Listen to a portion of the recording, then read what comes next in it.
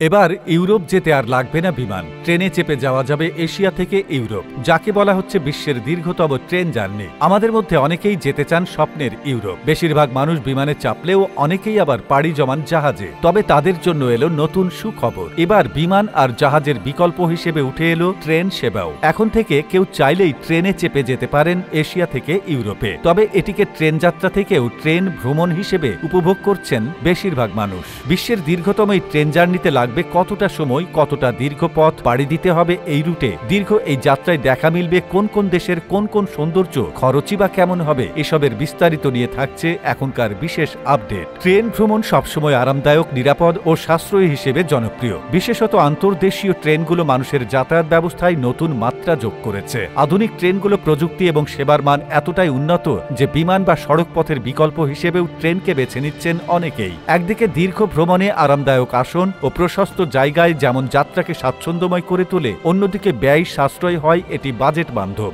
আন্তর্দেশীয় train ভ্রমণে সীমান্ত পেরোনোর আনুষ্ঠানিকতা সহজ হওয়ায় এটি সময় এবং ঝামেলা দুটিই কমায়। ট্রেনের জানালা দিয়ে প্রাকৃতিক দৃশ্য উপভোগ করার যে অভিজ্ঞতা তা অন্য কোনো যানবাহনে সম্ভব নয়। নিরাপত্তার বিষয়টিও এখানে বাড়তি গুরুত্ব পায়, যাত্রীদের ভ্রমণকে আরও নির্ভরযোগ্য করে তোলে। তাই দূরপাল্লার যাতায়াতে ট্রেনই অনেকের প্রথম পছন্দ।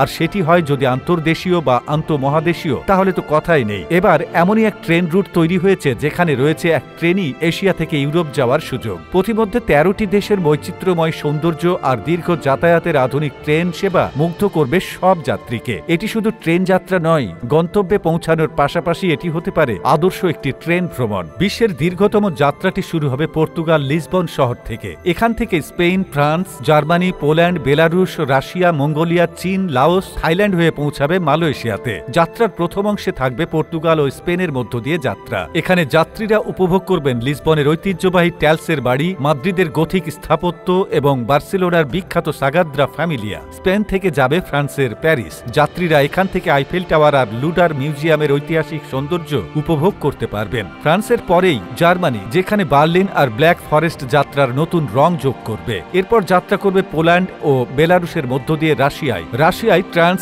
সাইবেরিয়ান রেলওয়ে পেরিয়ে আপনি দেখবেন লেক বাইক আর সাইবেরিয়ার তুষারবৃত প্রান্তর। এরপর রাশিয়া থেকে মঙ্গোলিয়া, এখানে বিশাল তৃণভূমি আর ঐতিহ্যবাহী যাযাবর জীবনধারা উপভোগ করবেন। এরপর চীন, যেখানে যাত্রীরা দেখবেন বেইজিং এর চীনের প্রাচীর এবং সাংহাইয়ের আধুনিক স্থাপনা। চীন থেকে লাওস, থাইল্যান্ড হয়ে অবশেষে মালয়েশিয়ার কুয়ালালামপুর পৌঁছাবে এই ট্রেন। প্রতিটি দেশের প্রাকৃতিক ও সাংস্কৃতিক বৈচিত্র্য এই ভ্রমণকে যে কারোর জন্য করে তুলবে স্মরণীয়। এই অসাধারণ যাত্রার জন্য জনপ্রতি খরচ শুরু $১,৩৫০, যা বাংলাদেশি মুদ্রায় প্রায় ১,৬০,০০০ টাকা। টিকিটের সঙ্গে থাকবে থাকা, খাওয়া, বিনোদন আর বিশ্রামের সব ব্যবস্থা। এটি শুধু ট্রেন ভ্রমণ নয়, বরং একটি জীবনের অভিজ্ঞতা। পুরো যাত্রায় যাত্রীরা উপভোগ করবে বিশ্বের বিভিন্ন দেশের সাংস্কৃতিক বৈচিত্র্য, ঐতিহাসিক স্থান আর প্রাকৃতিক সৌন্দর্য।